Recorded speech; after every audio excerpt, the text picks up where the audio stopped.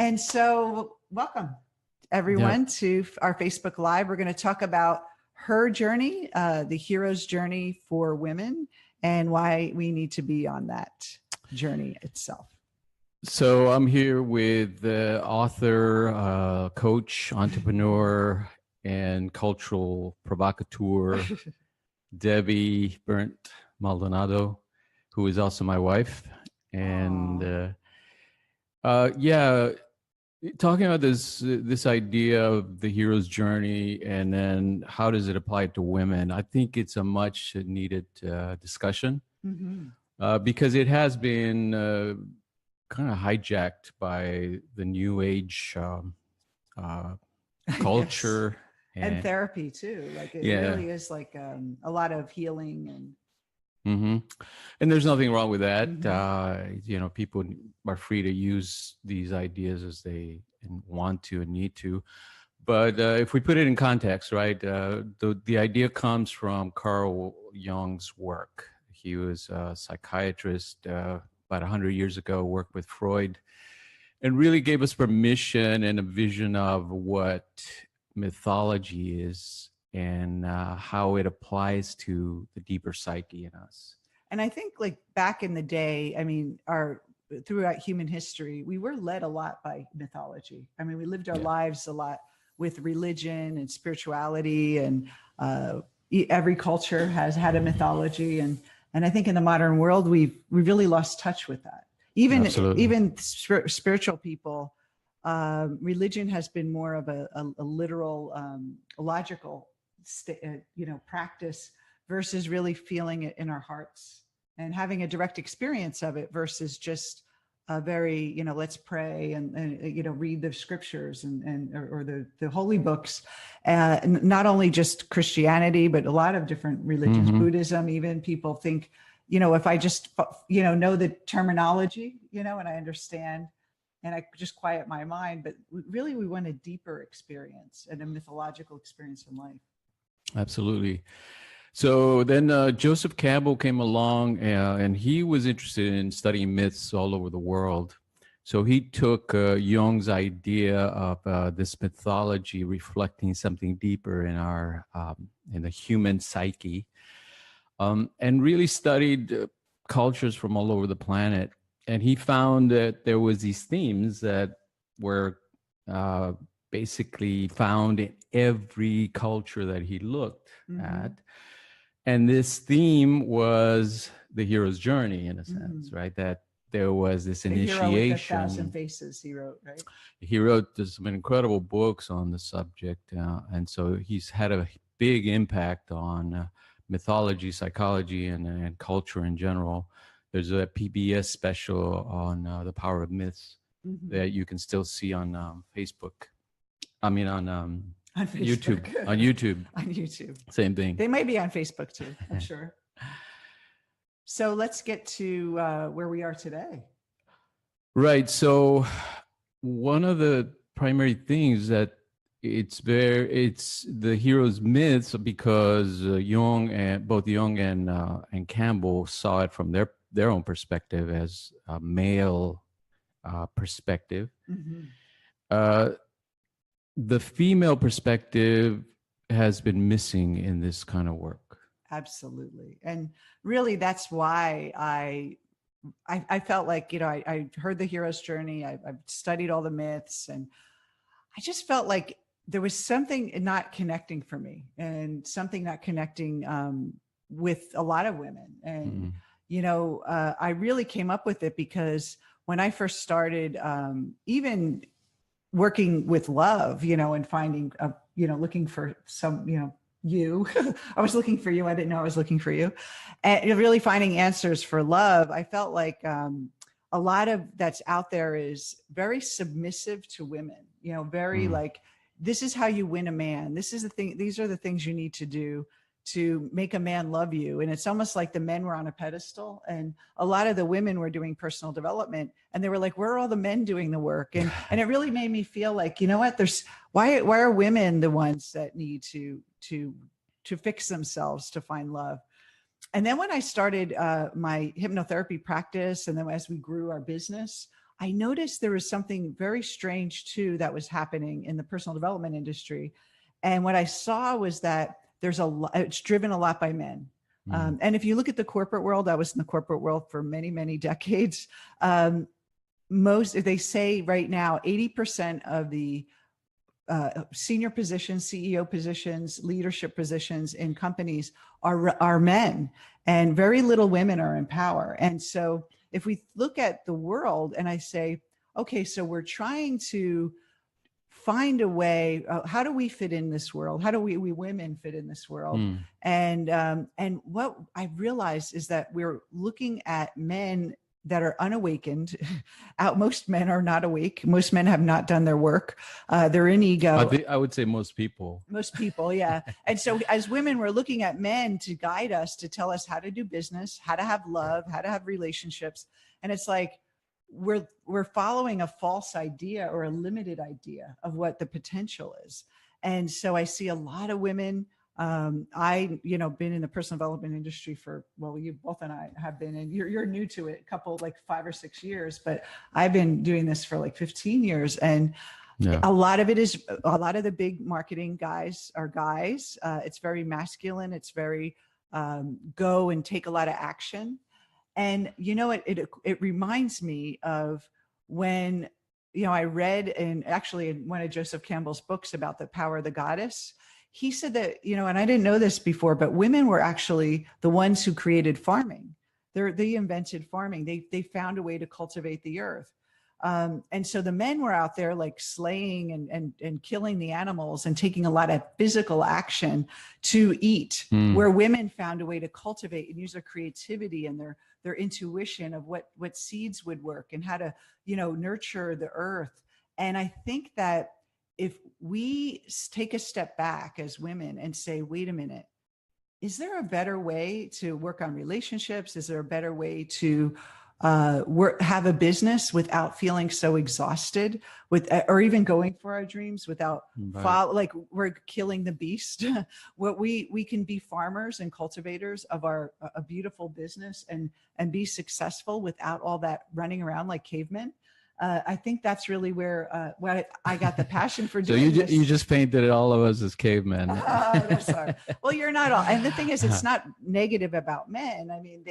I mean, most, like you said, most people are not awakened, and a lot of women too. I mean, we're all like, and so it's really I see her journey as really a way for women to wake up. And, the hero's journey, there are men that are awakened. Obviously there's men like you out there. And you have to remember a lot of the psychology was developed by men also. So it has that perspective of, the male perspective, yes, let's say. Yeah. And you really can't help that because that's the way your mind works, essentially. So you do have that phenomena that a lot of the self-help and a lot of the psychology and the coaching, of course, is going to have that male perspective because of that. So it is important to include women in this industry and to really, for women to have leadership roles. Yes. And not only in personal development and coaching, but also in the corporations and being entrepreneurs and starting businesses. I just came back from the Women's Summit in Inc. Magazine's Women's Summit, and there were 400 women there. And it was so amazing to be in this group of women. And a lot of what they stood up with and asked questions was about is, how do I stand in my power in this masculine world? Because all the people that raise money, the venture capitalists, were all men. And then one thing that really stood out for me is Sarah Blakely, the founder of Spanx. She's a billionaire. She said that the most important thing she did to create the business that, and the success and the empire that she's created was she had a life coach, a bunch of life coaches, actually more than one. And she also did visualization, and she did a lot of personal development. And she said, growing myself is what got me this. What she didn't do. She had to take action, of course. It's not like you don't have to take action, but we don't have to do it in such a harsh, hard way. It can be very creative. Yeah. You see, so back to the psychology, it essentially says, Jung's work says that you need a balance between the feminine and the masculine energy, not only in society and in corporations and in the way business is done, but it starts in the individual. Mm-hmm. The individual has to balance themselves out through what he called the individuation process. Now, what Campbell did was he saw that in the mythology, you see this individuation process, this process of becoming your true self, your higher self, through this initiation. Mm-hmm. Now, what would you say is the difference between the way Campbell saw it and her journey, the way you see it? Well, when I read, Campbell's journey, like there's a lot of like slaying dragons, facing the enemy, and like kind of like a war kind of, you know, uh, taking like a lot of physical external acts to take your journey. And I know he meant internal too, but the way he described it was very like go out there and fight, like just like any boy would be initiated, right? And he's a man, so of course he saw it in that perspective. And of course he goes and saves the helpless princess. And how many of us have how many superheroes do we see that are women? I mean, Wonder not Woman. many. There's Wonder Woman now, there's Wonder Woman, and there was the Bionic Woman. Remember that back in the 70s? And I remember there was, the heroes were always the men, and they were always saving the helpless princess and poor her, and I saw that we are actually here. Her journey is really about saving the men of the planet, like opening and bringing that soul back into the world. So instead of going inside or going on a journey to save the princess, what we're doing is we're accessing our male muse, which is the masculine force within us.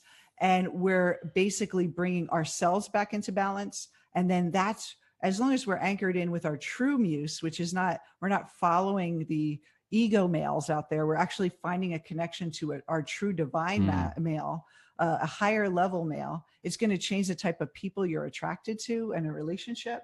It's going to transform your relationship, because then actually we have this way of really creating and being intuitive and being mystical in a much more powerful way, and bringing that into the world. And I think where the world needs to get out of the logical rush. And if you think about, look at technology. I mean, here we are at Facebook. You're probably doing 5 million things at once. Right now, you're on your cell phone and you're in your car and you're like listening. You're kind of distracted a lot. And I think we're a lot in our heads. We're not even connecting anymore. Well, Western culture has always been very kind of male-driven, not only in the gender sense, but in the psychological sense, right? That the approach is this mastery over nature, this domination over nature, which is the feminine, right? In the manifested universe. The feminine is Mother Earth, nature, the way it expresses itself in this very gentle, kind of nurturing way. Whereas Western culture's approach is let's logically dominate it through science and through technology, right? There's nothing wrong with this, but it needs to be balanced, because we see the results of this approach. It's very lopsided. The Eastern philosophy and Eastern cultures a lot of times have been the opposing, very inward-looking, introspective, meditation, kind of very based on the emotions and working with the emotions, like in Buddhism. So we need a balance of both, and I think we're in a unique time and space where that integration of both East and West is very possible and so much needed. Now, how can they tell where they're at on their journey, or especially women? What are the signs? What are the levels that maybe you could give us some examples? Okay, great. Well, I think of her journey is really, like Rob said, it's like the individuation process. It's basically us moving from our conditioned personal history, our kind of the way we've been conditioned to see ourselves, our self-identity based on our past, and really stepping into our potential. Hmm. So a lot of when I first started personal development, I mean, a lot of it was like healing my past and working on, my issues and, with my families or, relationships and, exes and, all that stuff, a heartache. And it was really more about improving myself or like healing myself basically. And when I found Jung's work, it really helped me see, and it was actually right before I met you is when I started to step outside of that, fixing my ego and really going towards something bigger. And so the journey starts out, and most of us are, grew up in an ordinary world. Like we all grew up in the ordinary world, which is we, feel like we're a separate being from everyone else. We feel disconnected. We're kind of trying to survive. And so we create these personas and these conditions around ourselves, our survival kit, to basically manage our life. And then we end up getting stuck in a pattern. We choose relationships based on our conditioning. We choose the amount of money we make, even our jobs based on what our parents expected us a lot of times, or we limit, how much success we have based on the people around us and our culture. And so at a point in our life, I'm sure everyone who's listening right now has been there or is in there right now, where you say enough. This isn't working anymore. And it usually, Jung says, it happens around midlife, right? Around 35. Some people, it starts younger. They've had a tragedy in their life, and it starts that process of you're going, you know what, this isn't working for me anymore. This limitation, you kind of feel this like push, but you don't know what it is yet. And then sometimes if you don't take action, if you don't go inward and find out what it is, what will happen is that something external will happen to wake you up. So it could be the death of someone or someone getting ill that's close to you. It could be your illness. It could be a bad breakup or a divorce. It could be a husband cheating on you. It could be, something really big, or it could be something really small, or getting laid off from your job. For me, that point came, I was actually about 36 years old. I was ready to settle. Like, it was like almost like when we're settling for less and we have this like urge that we need to do more, something happens. And so my engagement broke up. A week later, I got laid off from my job.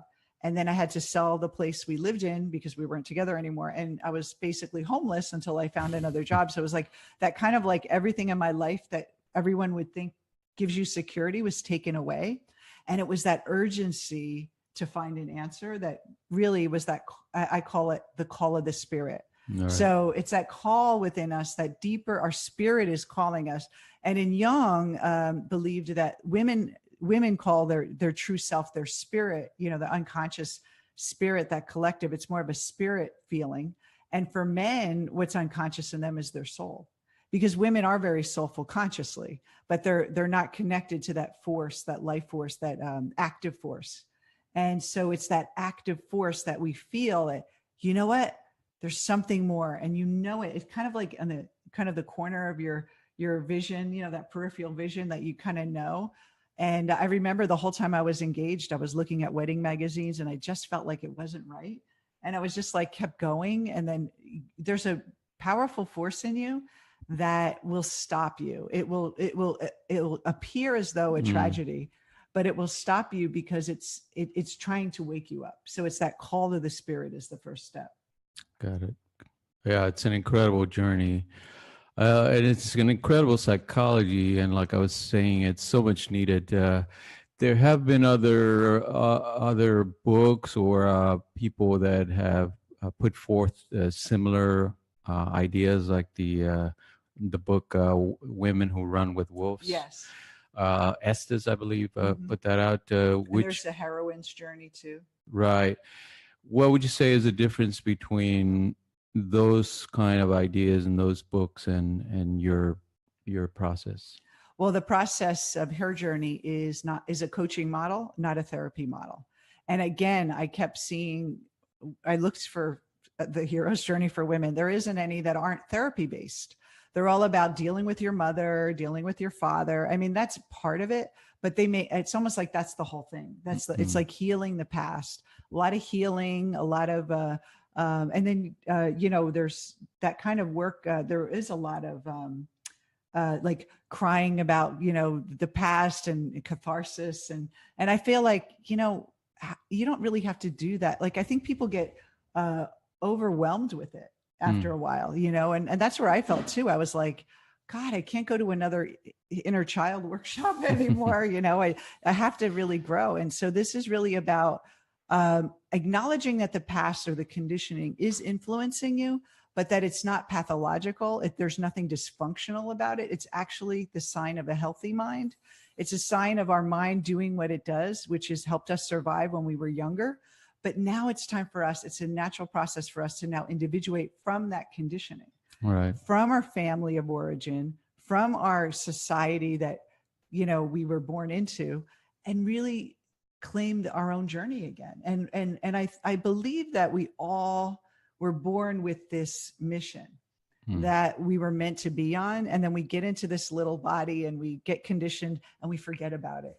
And so when in those times when the whole world out there is starting to fall apart, when our external world, like I said, I lost my relationship, my job, my home. I mean, I had nowhere else to look but to go inside. And that is when everything started to change for me, is that I had to stop going out there and finding that answer out there. I had to stop hunting the meat out in the forest, and I had to go inward and start cultivating my own soul and my spirit. And so the journey really isn't about healing anything or fixing anything. It's about more acknowledging what's there and actually retrieving the things that we pushed aside in order to create this false persona. We had to push some of our really beautiful gifts aside. We had to push our power aside because we were told not to make a lot of noise. We were told to be quiet. We were told that's not ladylike. We were told that, no, you can't do that for a living. Who do you think you are? Get a real job, get something that's going to make money. Do what your father did, do what your mother did, be that. And I really do believe that we all can create something amazing. And so I really saw that what I went through and then what my clients have gone through over the years, I started to put together my own version of it because I felt that that it needs, the world needs it right now. I mean, look at what's going on in the world with all the sexual harassment claims right now. And there's a lot of male dominance happening in everywhere politically. And we really need to look at how women can really make the change and bring peace back into the world and balance and encourage each other to really stand. So the call to the first, we have the ordinary world, and then we have this kind of upset that happens. And then we have a call of the spirit. After that, guess what happens? We have the refusal. And that's the same as the hero's journey. There's always the reluctant hero. We all are reluctant heroes. We all heroines. We don't want to do this. I mean, the ego's like, why are you bothering? And I love what you call it, the staying by the fire and petting your cat and you're under your little blanket and everything's, why would we do this? Why would we take ourselves out of the norm and what's comfortable to thrust ourselves into the unknown? Why would we do that? Yeah. Yeah, it has to be that calling, that deeper calling in us that compels us to act. And I think every generation has to redo the hero's journey to make sense in its current time. Yes. So I know Joseph Campbell's work is super important, and people are still refer to it a lot. But I think it is time to update it and to really, like you say, take all the therapy kind of terminology out of it, so that people can use it not only as a way of healing themselves or, kind of feeling broken and feeling that there's something that they need to fix in themselves, but to really use it as a way of optimizing their potential. where women can create businesses, they can invent things, they can write their books, they can be entrepreneurs, be leaders in corporations. And of course, a lot of women are already doing it. There's no doubt about that. It's growing. It's really the fastest growing segment. Yeah. So there is very powerful. And actually at this summit, those of you who are fans of Shark Tank, Kevin was there, and what was his name? Kevin O'Leary, Kevin O'Leary. And I know his Close name. enough. And he said that when he invests in women's entrepreneurs, he gets, it's a more successful than investing in men. Because we women naturally have, first of all, we like to multitask, and we naturally have that ability to use our creativity more than that hard take action. So the next step of the journey is the refusal. And then what happens next is that there's a time where we say, you know what? I'm tired of refusing anymore. Like it's that spirit is still pushing you. Just because you refuse, it's like, it's still going to be, going, come on, it's time. And you're not going to feel comfortable. Once you have that call of the spirit, you're not going to feel comfortable. You're going to keep refusing.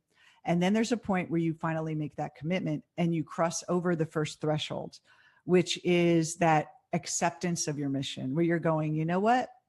I have to do this. I can't put this off anymore. And there's no return after this point. This is that point of no return. Right. And I really found that when I, left the corporate world the last time, I had that kind of commitment. And if you don't have that commitment, you haven't crossed that threshold yet. You're still in that refusal. I want to do it, but I don't want to do it. You have one toe in and one toe out. And a lot of business owners, or so they think they're business owners, but they haven't really started their business. They're really just kind of playing around with the idea. They haven't really started they haven't crossed that threshold yet. So nothing's going to really happen until you fully commit. And then it's almost like you go to that place where you just like, there's no turning back. And a lot of the people that were around me that had corporate jobs, and they were, or they had husbands that made a lot of money and they can rely on that income. They kind of waffled a little bit, they didn't really have the like urgency to make it happen. And for me, it was like, I had to make some money. I mean, I was alone. I didn't have a lot of savings to really, have the luxury of just hanging out and taking my time. And so I really had it forced me to like, I'm not turning back. I got to go. No. And in that stage, once you commit, right after it, there is the next stage. And I'm not going to go through the whole thing because we don't have time, but the next stage where I want to end at is the stage of confusion. And it's that place where we're kind of like, what the heck did I do? I can't go back. Somebody should have physically stopped me, but I can't go back. But you're really just starting this journey of let me try everything. And, I went through that of trying different things and trying different techniques that would help me, manifest money. And so we all there, there's a bazillion techniques out there. Everyone's has a technique that and then what will happen is you're just kind of like grasping at straws, and you're listening to a lot of different people who have a lot of conflicting advice for you. And then you're just kind of confused. And the ego uses confusion to keep us stuck.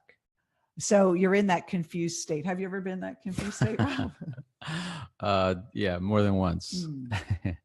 But there are always opportunities, and certainly Jung's work is it's really seeing this pushback, this confusion, or the resistance as an opportunity for growth.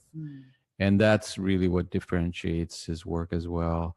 And it really is a psychology of human potential, not just of, heal yourself or there's something wrong with you that you need to fix in the past. It's looking forward as much as understanding your past. It's also about creating a vision for yourself that you can actualize. And one of the reasons people stay in confusion way too long, or they stay whatever stage you're in. So you're either before the threshold or after. So check in with yourself. Where am I? Have I committed yet to my journey, or am I kind of still refusing the call? And though whether you're in before the threshold or after, you need a guide. You need a coach or a mentor to help you on this journey. You cannot do this alone. I couldn't do it alone.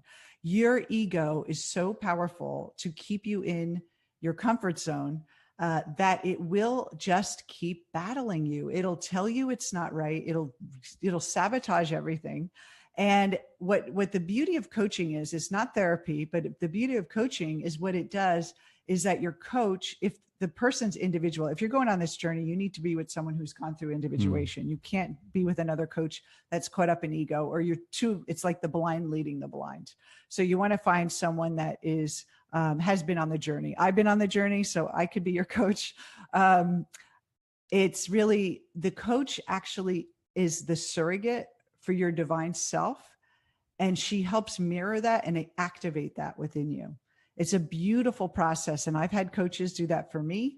And I had teachers and mentors do that for me. And that's what we need. We need consistency, and you need a guide. And so before we get to questions, just want to mention that we do have a way to do this. And we created the program called Evolve for women entrepreneurs and women who have a mission.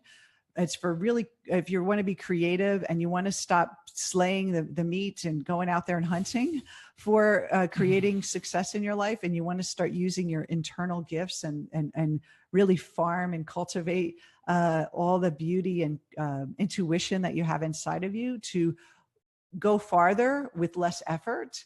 The Evolve program is starting in January, and we do have only 10 spots left.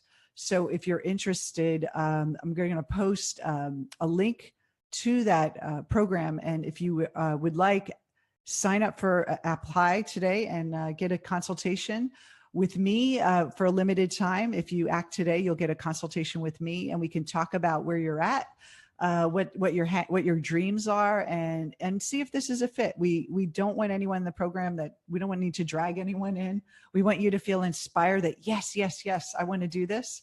It's brand new technology that I've developed, and a new system that is basically, not really far away from what we've done before, but kind of adding my own personal feminine touch to it. So it's going to be an incredible journey. We're going to have live events all over the world. We're going to be in Lisbon, Portugal. We're going to be in Geneva, Switzerland. We're going to be in LA, New York. And if you're part of the program, you get to attend these events. You get to be with us live for a year, and we're going to do some video calls, live interaction, and privately with our group. And then also you get some coaching with it as well, some private coaching. So really an incredible program. I'm so excited about it. And we're going to go through the whole journey, and we're going to have you really hold your hand through it and activate the power within you so you can create what you really want in life, and really do it from a different place. So if you're a business owner and you feel like, oh my God, if I have to learn about another funnel and I have to do clicks and ads and I'm, running numbers, and it's not like, I'm getting tired of doing the business part of my business and I want to be more creative. This is going to help you lift up some of that rush and that pressure to really come clear and be clear-minded and have more intuition of what you could do to create a business that's not based on the male model, and that you can work less and really be a powerful force. If you're in the corporate world and you want to move to the next level, it's going to help you understand, the relationships around you with your bosses and superiors. If you want to be the CEO one day or be in the C-suite, this is going to help you develop yourself and grow yourself so you can really embody that power, and you're not borrowing male masculine power from the unawakened male or men around you. You're really, really having this force within you that people are going to respect, and they're going to go, wow, who's this woman? Who is this person? And so I'm really excited about it. Yeah, it sounds incredible. So are we doing Q&A? Yes. So ask us some questions. We'd love to hear what you think. Someone said, I love petting my cat by the fire. Nothing wrong with that. Yes.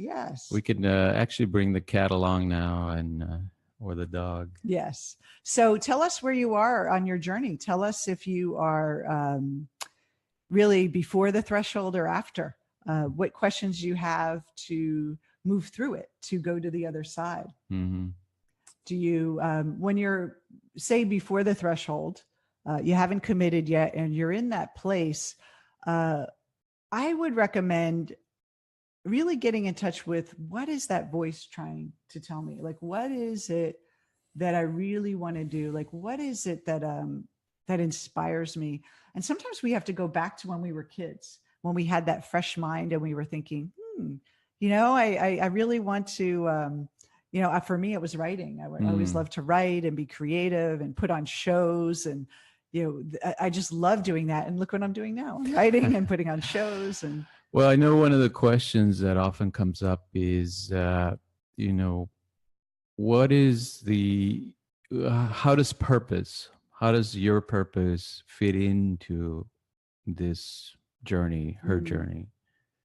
Well, the main purpose we have in our life is not just making external results. The real purpose is to know who we really are. And one of the things that I discovered is that you can reach goals, like you can make a certain amount of money, you can find love, but what you really want to do is fall in love with being creative. You want to fall in love with the creative process of finding, like an artist, right? A lot of times when you see these artists that write their music and they're really, just starting out and they're just like playing their music. And then the record company comes in and says, you know what? We need to package this different. We need you to be different. We need you to be more pop. We need you to be this way. And that happens to us in life. We have these like kind of fantasies and these crazy ideas about what we want to do. And then it's, we're told we can't do it, or we try and we get discouraged. Mm-hmm. So any questions, anyone? So to find the purpose would be going inside and really remembering that sweet little girl that you were at one time in your life, and get in touch with her again. Not your inner child, but really the essence of the pure spirit in you, not the child in you, but the pure spirit that resided in that little body. It's much different than the little child that's kind of a baby that didn't get loved. Right. It's the pure essence of our creativity. So it's very much like what is the obstacle becomes the way, or Yes. And you find your purpose by actually taking the journey. You don't have to know your purpose initially to start out. Yes. But as you start out, you find it in the process itself. Yeah, a lot of people say, like, I don't know if this is what I should do, or if I should, I'm not sure what direction I should take. And I didn't know either. I mean, I started out, I went to massage school. I was like, I want to help people. I don't know what I want to do. And someone said, you should be a masseuse. And I said, okay. I did it for 6 months. And I said, yeah, it's not really like I really want to work with the mind, and I love psychology. So that's what made me go into hypnotherapy. But I did so many different things. So here's some questions. After the threshold, how does a heroine on her journey ask help in the right way and not coming from a powerless place, but also not shut it down? Help versus feeling controlled. Okay. One thing we have to remember is that the ego is conditioned for power. So it fears that helplessness. So a lot of times we feel, when we ask for help, that we're really kind of feeling helpless. But if you look at the world, why we're here, we're social creatures. We're not living in isolation. We're really meant to connect and share with each other. So when you think about asking for help and being supported, even finding a coach, or like, if you're in the Evolve program, it's not that there's something wrong or weak about you. It's that that with each other, we each have things that we can give.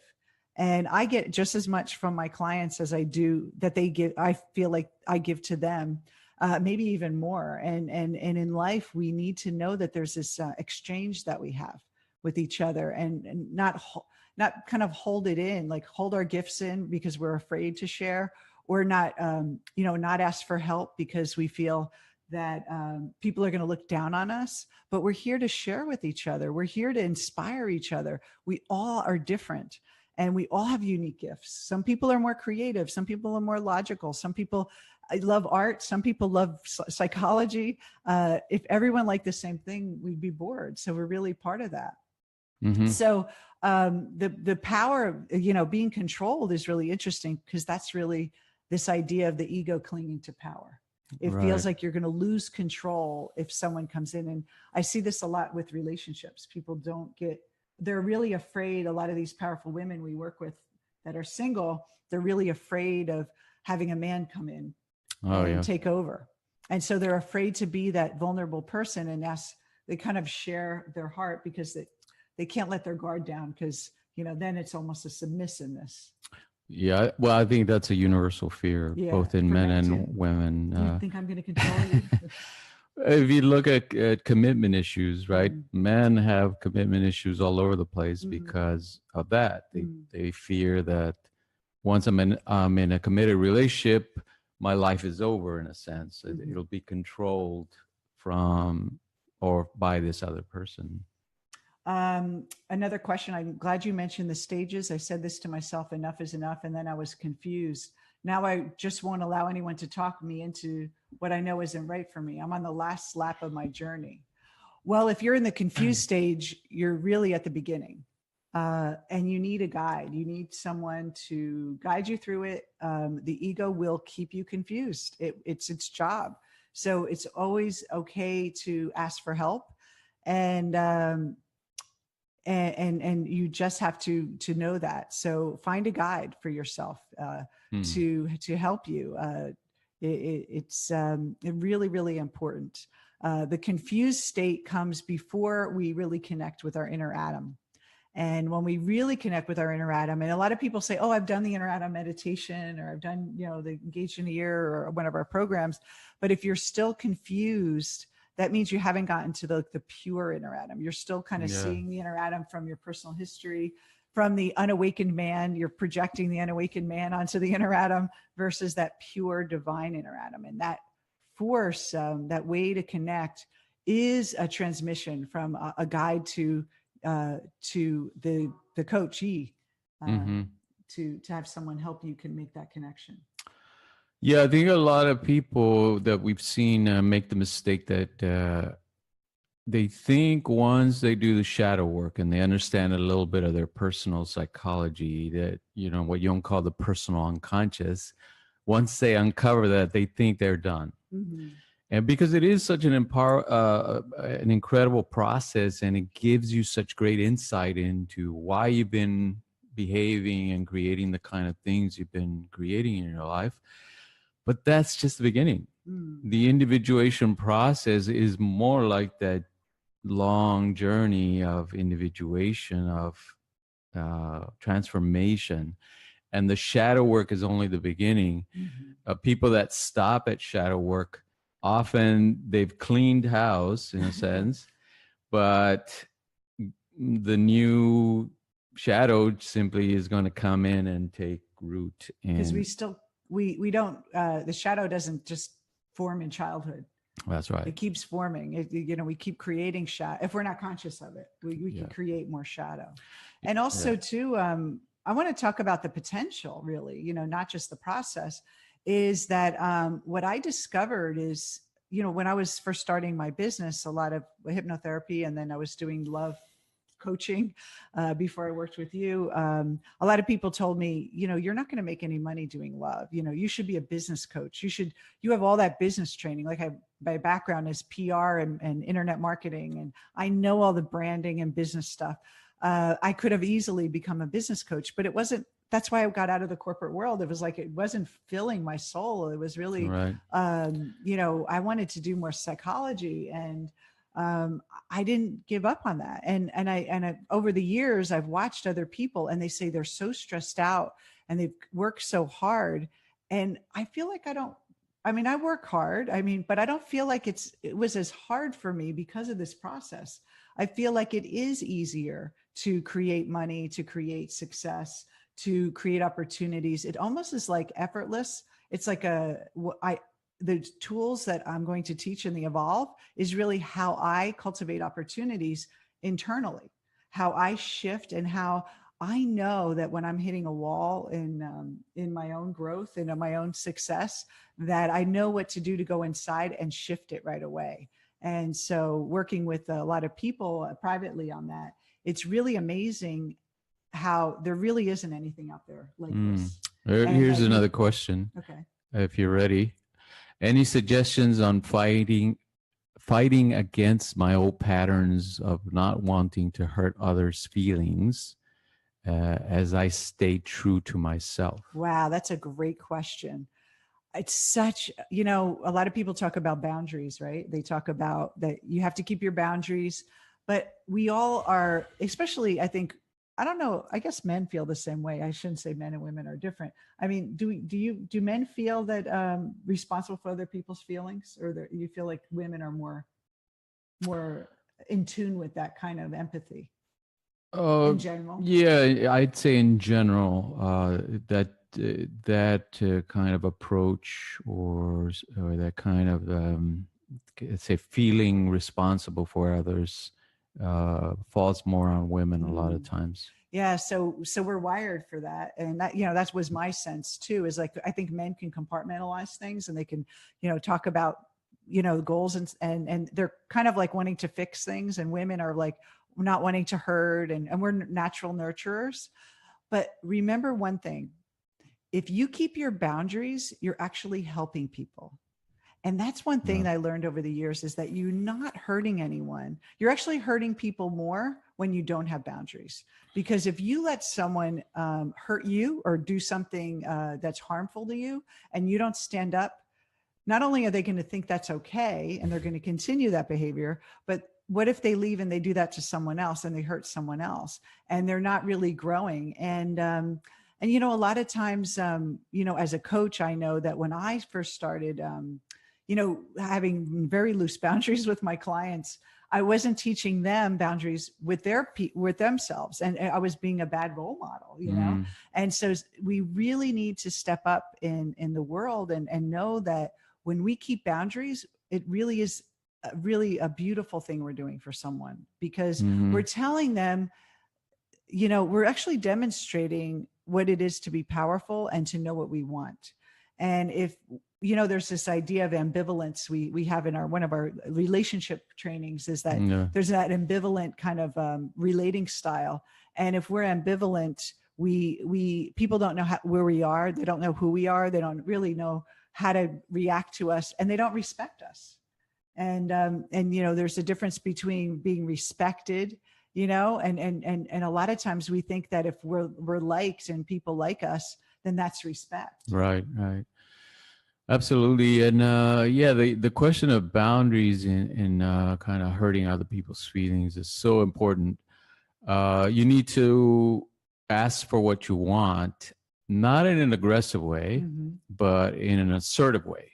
So an assertive way simply means that you're comfortable asking for what you want and you don't feel guilty about it, right? Because you understand that, like you were saying, it's a way of modeling proper behavior to others, but it's also taking care of yourself first. It's that idea of the thing they tell you when you go on a plane ride is put your own oxygen mask on first, then you can help others. Yes, very important. And when I first thought about boundaries and clients, and they would, like when I was a hypnotherapist, they would always like not show up for sessions, and then not pay for their missed session, and little things like that, or couldn't pay me on time. And I remember, or can you work on a weekend for me?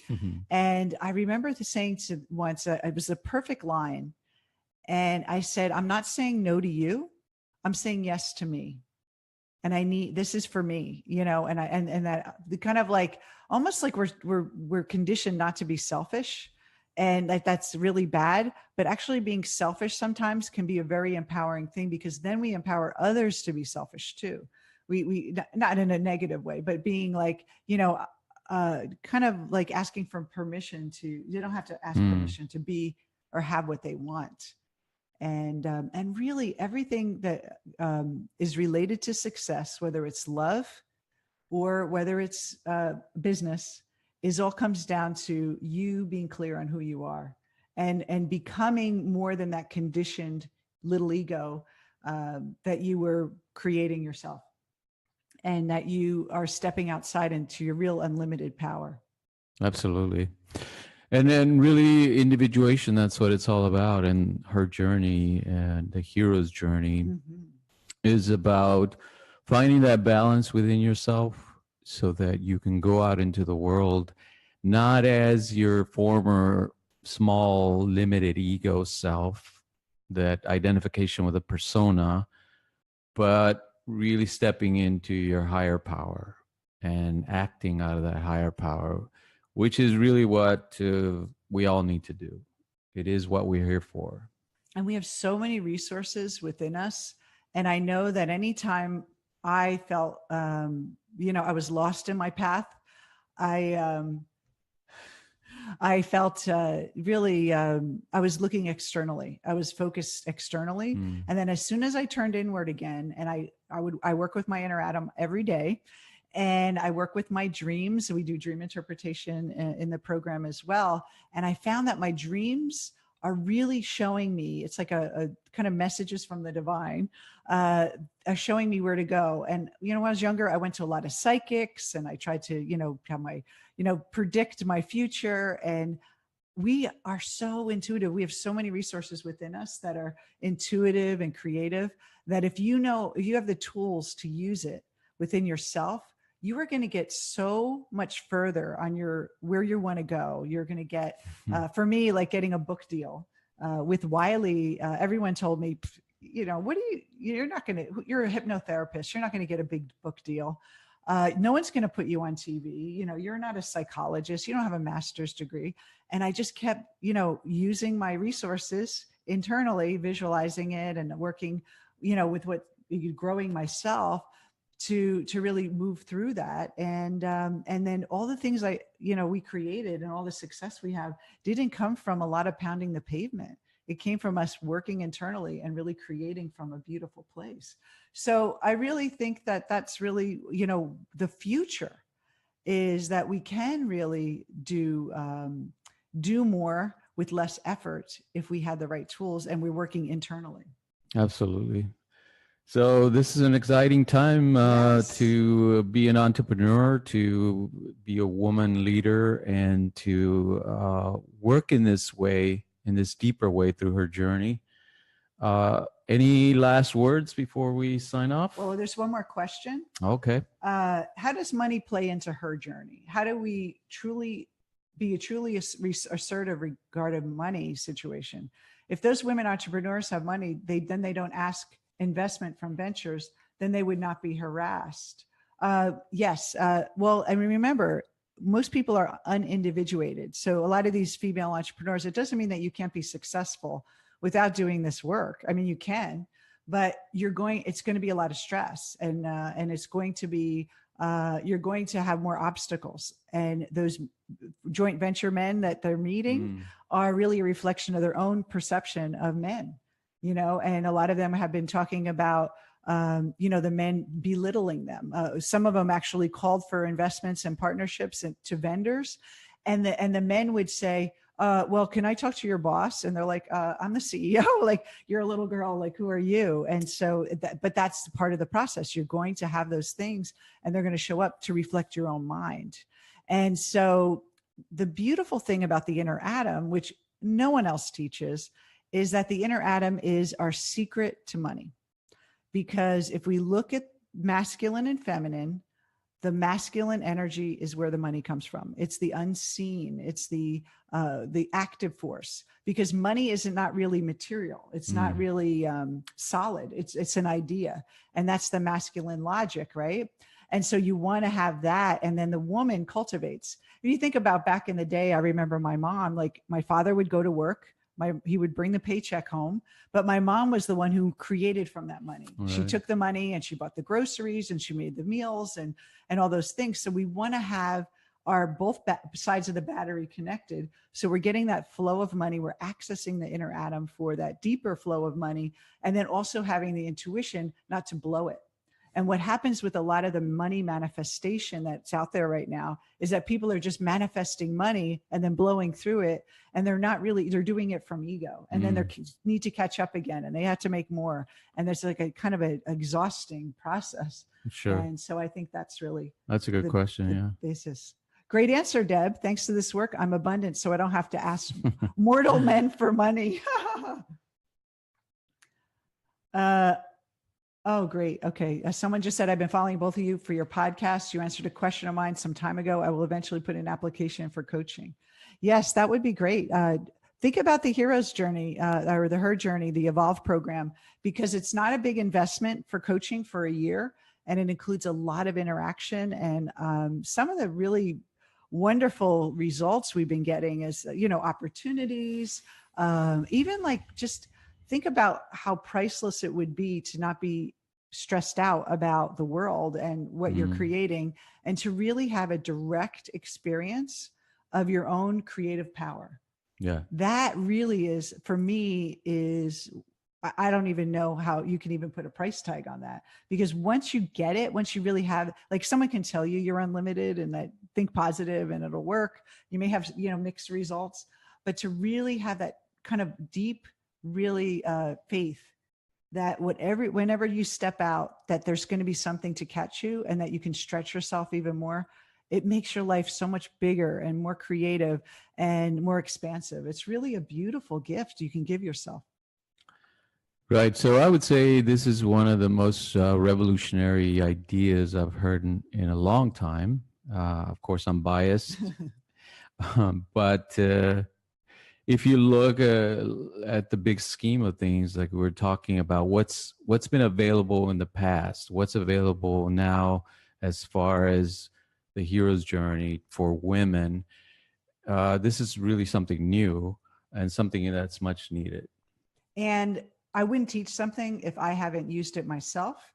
And you could look at my success and the relationship I have and the way I work. I love what I do. I don't really feel stressed like I'm pounding the pavement a lot. And we all have access to this. I'm not special, but I can help you get there. And I can really be a great guide for you. So I hope you, those of you who really are really ready to take that leap, I'm so excited to talk to you about this, because it really will transform your life to get that creative. It's like the genie. You have your own genie. Your inner atom is kind of like your genie, but you get more than 3 wishes. You're kind of like using that resource within you to create. Right. So we'll be doing a lot more of this Facebook Live events. Ooh, you said it right. Facebook Live. Facebook You got Live. the lingo down. Right, got it. And so, we hope to see you at some of our live events. Check out our podcast, Creative Love, and we'll be posting the page for Evolve after we get off the line, so you can apply today and talk to me and check it out, because it's going to be great. And we only have 10 spots left. It's not a big group. This isn't like 100-person, cattle herd of people. We're not going to, where you don't have any interaction with us. This is a very intimate group. And we're going to really all support each other and give to each other. And I'm going to give my heart and soul for you. And I really help you really find that creative power within yourself. And I'm really excited about it. All right. So take care, everyone. Thanks for joining us. And we'll see you on another Facebook Live soon. Let us know how you thought of this presentation, anything else you want to hear. And we will talk to you soon. See you soon. Much love. Take care.